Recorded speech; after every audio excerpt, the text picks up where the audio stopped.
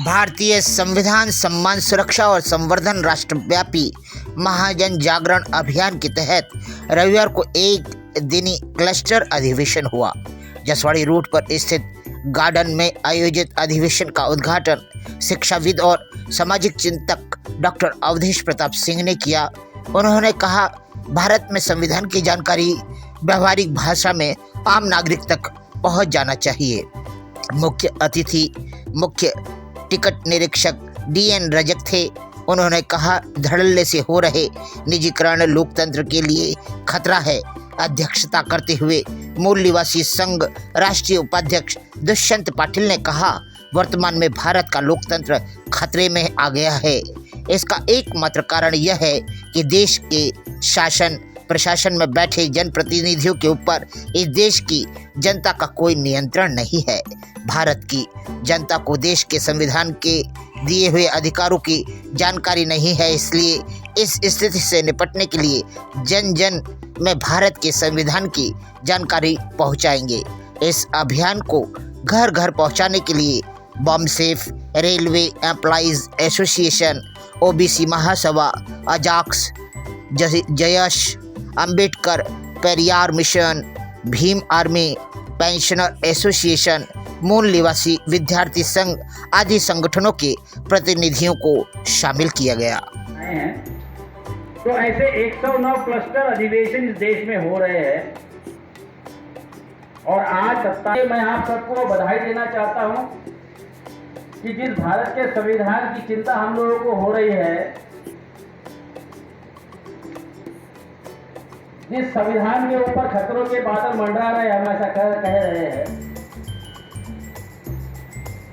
तो उसके प्रचार अभियान में लाखों की तादाद में लोग संविधान प्रबोधक के रूप में हम लोगों के साथ इस साल में जुड़ गए।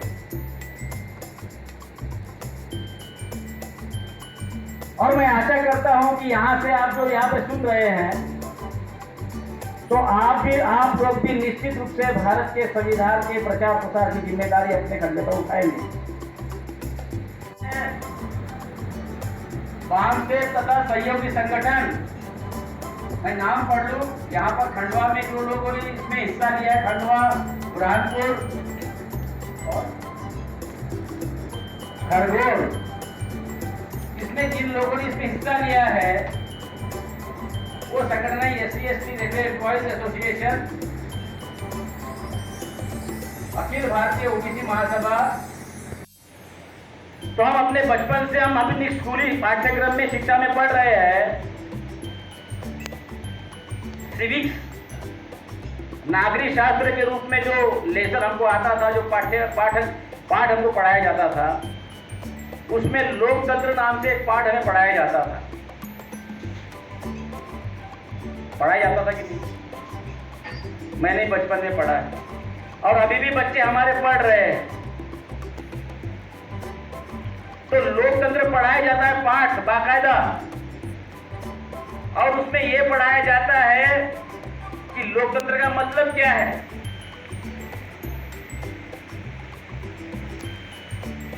तो उसमें जब हम पढ़ते हैं तो हमें पता चलता है कि लोकतंत्र उस व्यवस्था को कहते हैं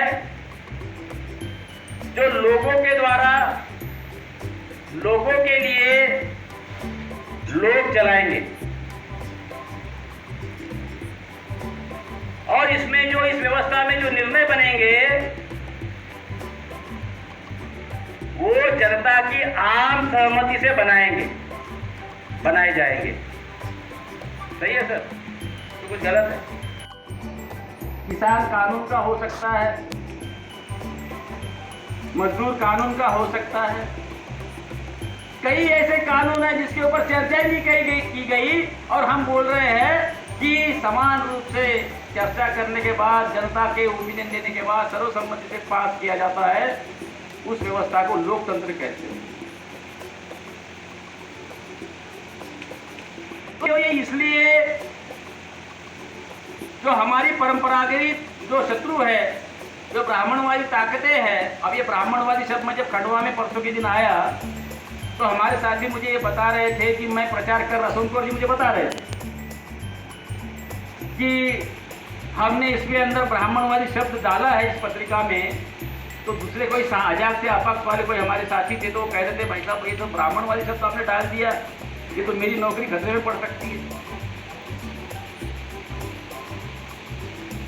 किसी को घबराने की जरूरत नहीं। ब्राह्मणवादी शब्द ये एकेडमिक शब्द है, आप शिक्षा के किताबों में पढ़ सकते हैं इसको। कुछ सरकार इसका उपयोग करती है ब्राह्मणवादी, और सिलेबस कमेटी सोमकर जी ने मुझे बताया कि जो सीबीएसई के सिलेबस में 7वीं में जो संविधान की किताब आ रही है, 11वीं में जो संविधान की किताब आ रही है, उसमें खुद ब्राह्मणवाद शब्द का उपयोग किया हुआ है। और वो सिलेबस कौन बना रहे हैं? ब्राह्मण बना रहे सिलेबस। तो ब्राह्मणवादी खुद अपने आप को ब्राह्मणवादी कह रहे, लिख रहे हैं और गौरव से लिख रहे हैं, तो आपको डरने की और चिंता करने की जरूरत नहीं। तो एक तो ये भय निकाल दीजिए आप। ये अभियान चलाने की जरूरत क्यों पड़ी? क्योंकि हम देख रहे हैं कि भारत के संविधान ने, एक तो भारत के संविधान ये कोई एकेडमिक डॉक्यूमेंट नहीं है, ये कोई केवल संसद चलाने वाला दस्तावेज नहीं है। इसको पहले हमको समझना होगा। अगर ये केवल इस देश को चलाने वाला डॉक्यूमेंट होता, केवल एक पॉलिटिकल डॉक्यूमेंट होता, तो इसके बनाने से लेकर के इसको बनाने की प्रक्रिया में, जैसे गर्भ में कोई बच्चा होता है, किसी माता के गर्भ में कोई अगर बच्चा पल रहा होता है, अगर पता चलता है कि वो स्त्री भ्रूण है, तो उसको ख़त्म करने के लिए काम शुरू हो जाता है। जहाँ पर स्त्रियों को बोझ, लड़कियों को बोझ समझा जाता है, ऐसी व्यवस्था में, ऐसी साइकोलॉजी के लोग उसको ऐसा करते हैं। तो भारत के संविधान के साथ भी यही हुआ।